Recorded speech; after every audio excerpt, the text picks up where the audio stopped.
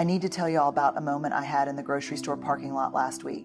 It was a classic Tuesday, nothing special, just me, my to-do list, and a cart full of things I probably didn't need. As I was loading bags into my trunk, I saw a woman a few cars down, struggling to keep it together. You know that look, shoulders tight, face set like stone, but her eyes were screaming. And before I could even think, I started this inner monologue. Should I ask if she's okay? What if she cries? What if I don't have the right words? What if she thinks I'm weird? So I did what a lot of us do. I gave her a polite, tight-lipped smile and drove away. And the second I pulled out of that parking lot, I felt it. That feeling, the sinking, shame-tinged realization that I had just let fear, awkwardness, and overthinking hijack a perfectly human moment. Because here's the thing. Many of us have been taught that emotions are messy, that they make us weak, irrational, dramatic, that feeling deeply means losing control. We either armor up and pretend we don't care, or we let our emotions run the show, spiraling, reacting, over-attaching to every little thing. Either way, we end up stuck. So today, let's talk about how to stop being an emotional fool, not by shutting down, but by learning how to navigate our emotions in a way that actually serves us. A lot of us live at one extreme or the other. We either stuff our feelings down so deep they turn into stress, anxiety, or that weird eye twitch we pretend isn't happening, or we let them explode, acting in ways that leave us with a regret hangover. The goal isn't to suppress or indulge. It's to acknowledge and process. Now, let's be honest. Most of us were never really taught how to handle emotions.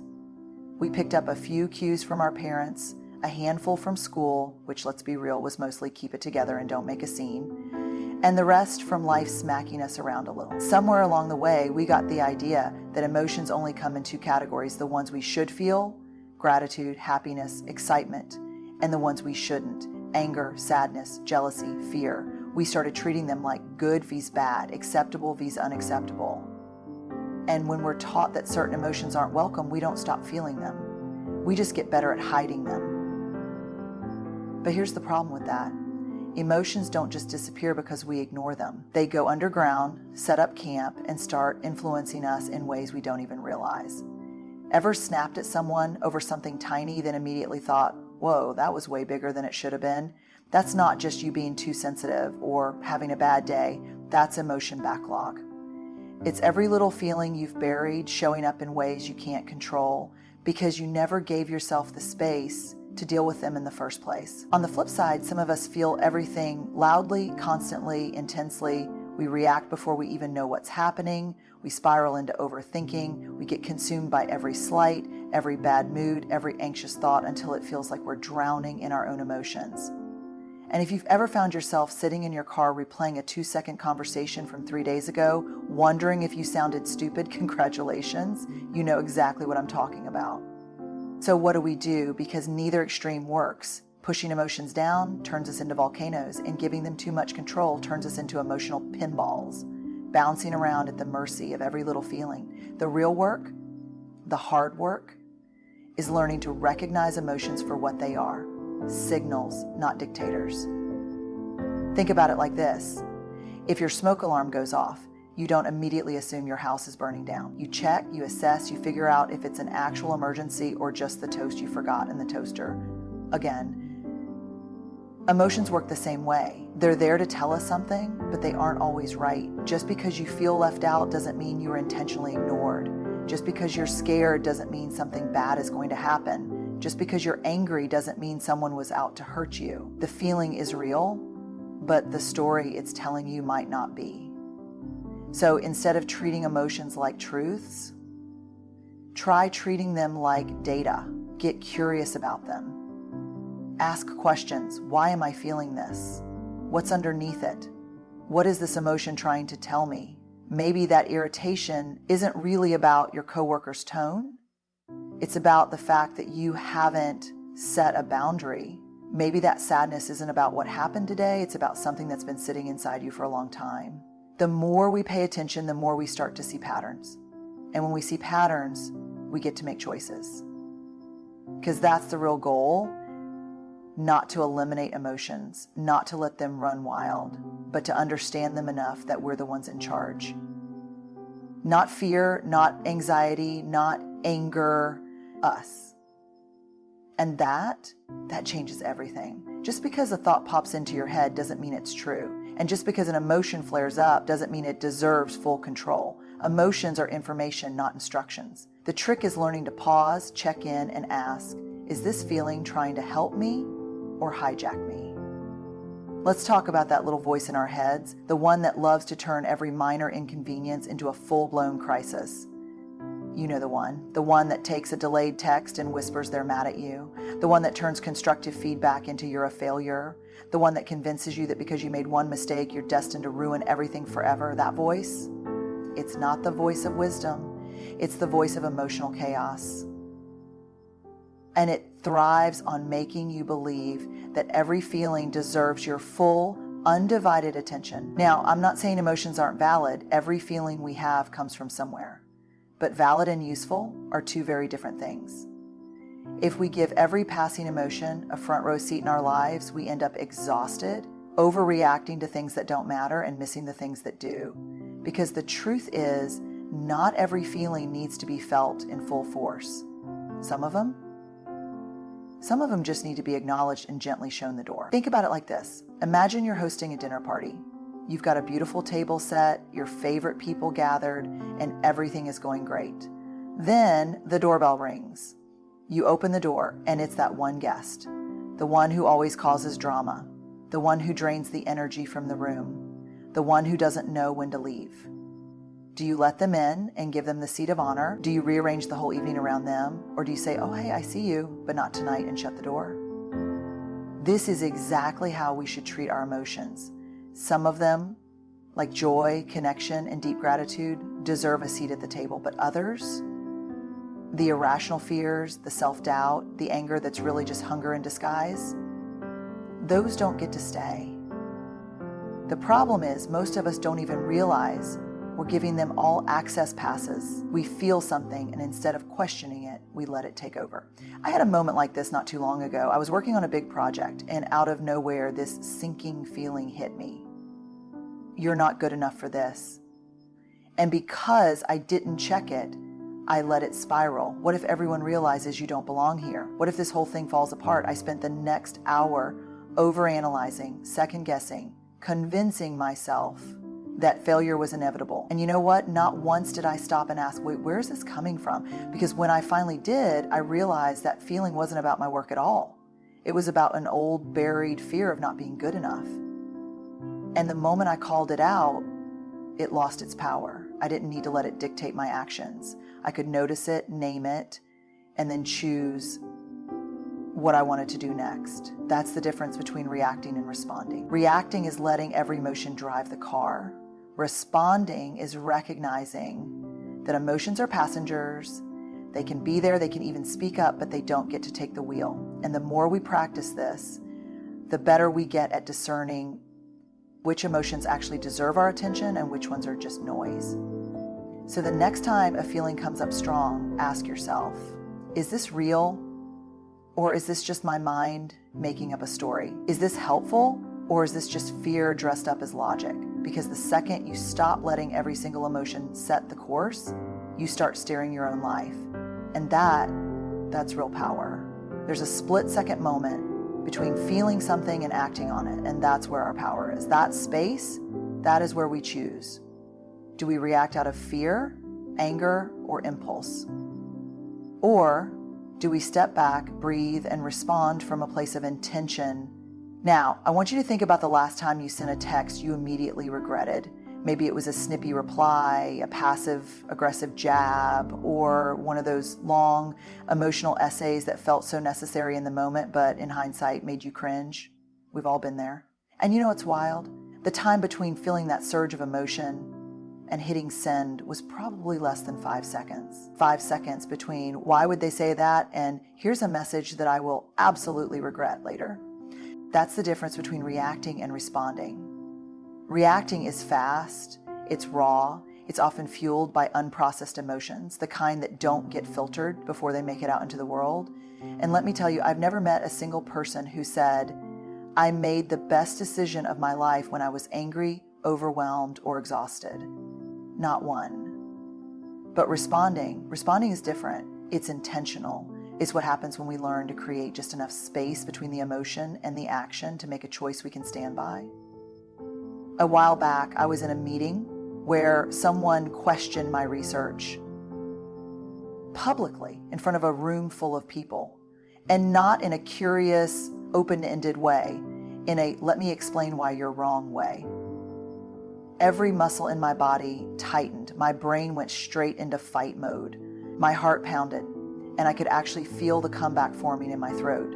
But then something weird happened. I took a breath, one single breath. And in that moment, I realized that if I spoke right then, I wasn't speaking from clarity. I was speaking from defensiveness. And I don't know about you, but I've never said my wisest words from a place of defensiveness. So instead, I paused. I let the feeling pass through before I decided what to do with it. And instead of snapping, I asked a simple question. Can you tell me more about why you see it that way? And you know what? The conversation completely shifted. What could have turned into a messy, ego-driven argument turned into something way more useful. An actual discussion, not because I avoided my emotions, but because I chose how to handle them. This is where the real work is, because let's be real, most of us aren't out here making terrible decisions because we don't know better. We make them because we don't give ourselves the time and space to choose better. We feel hurt, and before we even register the feeling, we lash out. We feel dismissed, and before we've even processed why, we shut down. We feel misunderstood, and before we've taken a second to see if that's actually true, we build an entire mental courtroom where we're the victim and everyone else is guilty. But the most powerful people I know, the ones who move through the world with real confidence and grace, aren't the ones who never feel emotional. They're the ones who have trained themselves to pause long enough to respond instead of react. And here's the best part. This is a skill we can all practice every single day in small ways.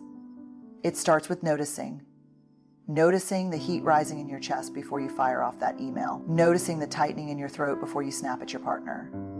Noticing the stories your brain starts weaving before you assume the worst about someone. And in that noticing, you create space. And in that space, you take back control. So the next time you feel that rush, that overwhelming pull to react before you even understand what you're reacting to, try this. Stop, breathe, and ask yourself, what choice would I be proud of 5 minutes from now? Because I promise you, that question alone can change everything. Ever had one of those days where a minor inconvenience ruins everything? That's what happens when we don't take the time to understand what's really going on underneath. The moment we start identifying why we feel what we feel, we gain control instead of being controlled. I remember this one morning when I lost my mind over a coffee spill, not just a little but a full-blown, muttering under my breath, irrationally furious reaction to a latte on my kitchen counter. And listen, I wish I could tell you I was mad for a good reason, like I had just deep cleaned or it had destroyed something important. Nope, just coffee on a surface that I could wipe. But the second I felt it spill, my whole body tensed, and the words, "Are you kidding me?" shot out of my mouth like I had been personally attacked by my own clumsy hands. Now, a less self-aware version of me would have gone on with my day thinking, wow, I guess I just really care about clean countertops. But here's the thing. I know myself, and I know that an overreaction is rarely about what's happening in the moment. So I took a breath and asked, okay, what's really going on here? And you know what? It wasn't about the coffee at all. It was about the stress I'd been carrying all week. It was about the emails I hadn't answered, the looming deadlines, and the fact that I hadn't given myself a real break in days. The coffee was just the tipping point, the thing that cracked the dam and let all those unprocessed emotions come flooding out. And this is what we do. We move through life reacting to things without ever stopping to ask if we're actually mad or just tired, if we're actually hurt, or just feeling unseen, if we're actually angry at our partner or just overwhelmed by everything else we're carrying. When we don't take the time to name what's really going on, we end up directing our emotions at the wrong things, the wrong people, and in ways that don't actually help us. The problem is, most of us were never taught to do this. We were taught to deal with emotions in one of two ways: ignore them completely or let them explode. Some of us grew up in families where big feelings weren't welcome, where you learned to shove everything down and keep it moving. Others grew up in spaces where emotions ran wild, where everything turned into an argument or a dramatic display. But very few of us were taught how to actually sit with our emotions, sort through them, and respond from a place of clarity instead of chaos. But here's the truth. If we don't own our emotions, they will own us. They will show up when we least expect it, in places they don't belong, and in ways we don't understand. They will make small things feel massive.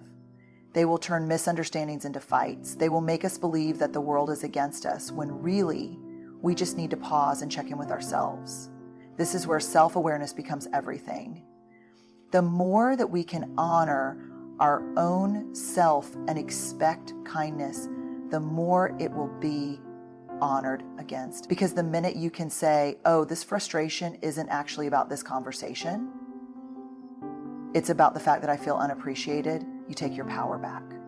The moment you can say, this sadness isn't about today, it's about something I haven't let myself process yet, you stop letting emotions sneak up on you. And once you get good at this, once you start recognizing what's underneath your feelings, you move differently. You don't snap as easily, you don't shut down as quickly.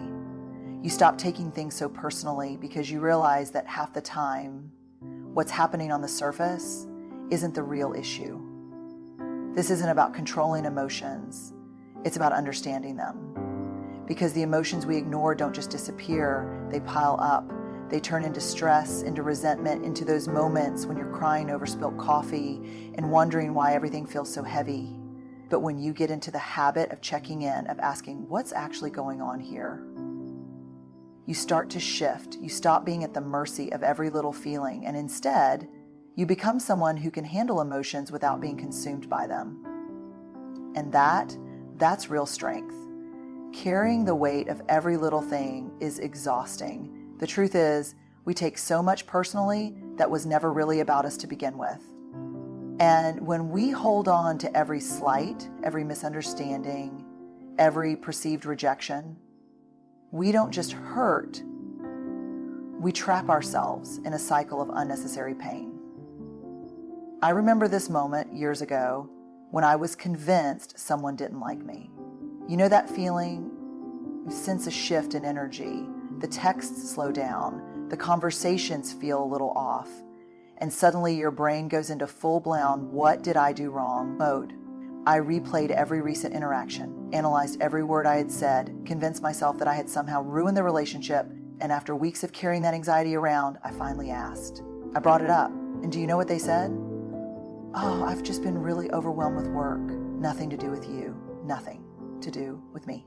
And in that moment, I realized how much unnecessary suffering I had created in my own mind, and how much time I had spent making up a story that wasn't even true. How much emotional weight I had been carrying that didn't belong to me. And I started to wonder, how often do we do this? How often do we make things personal when they're not? The coworker who seemed cold in a meeting, maybe they're going through something. The friend who canceled plans, maybe they're exhausted, not avoiding you. The stranger who didn't smile back, maybe they're lost in their own thoughts, not silently judging you. And yet, we absorb these moments as proof that we are somehow not enough, that we are being rejected, that we are failing. But here's what I know. Most of the time, other people's behavior has nothing to do with us. People are moving through their own worlds, carrying their own stress, dealing with their own insecurities. And the way they react or don't react is usually about them, not about you. But when we assume everything is personal, we hand over our peace. We let our emotions be dictated by things that were never meant for us to carry. Now let's be clear, this doesn't mean we ignore real issues. If someone is consistently hurtful, if a pattern emerges, if there's a clear breakdown in a relationship, that's different. Those things deserve to be addressed. But learning to separate what's real from what's just perceived rejection, that's a skill. And it's a skill that can change everything. One of the most freeing things we can do is to let go of the belief that we are responsible for how everyone feels about us. Because no matter how kind, thoughtful, or intentional we are, we cannot control how others interpret us. We cannot manage everyone's perception of us. And if we spend our energy trying, we will drain ourselves completely. So the next time you catch yourself overthinking, spiraling into, did I say the wrong thing? Do they secretly not like me? Did I do something wrong? Pause. Ask yourself, is this actually about me? Or is this just my fear making up a story? Because when we stop taking everything so personally, we create space for peace, space for clarity, space to focus on what actually matters instead of getting caught in the endless cycle of unnecessary emotional weight. And that's how we start to free ourselves. At the end of the day, emotions are part of being human. They're not the enemy.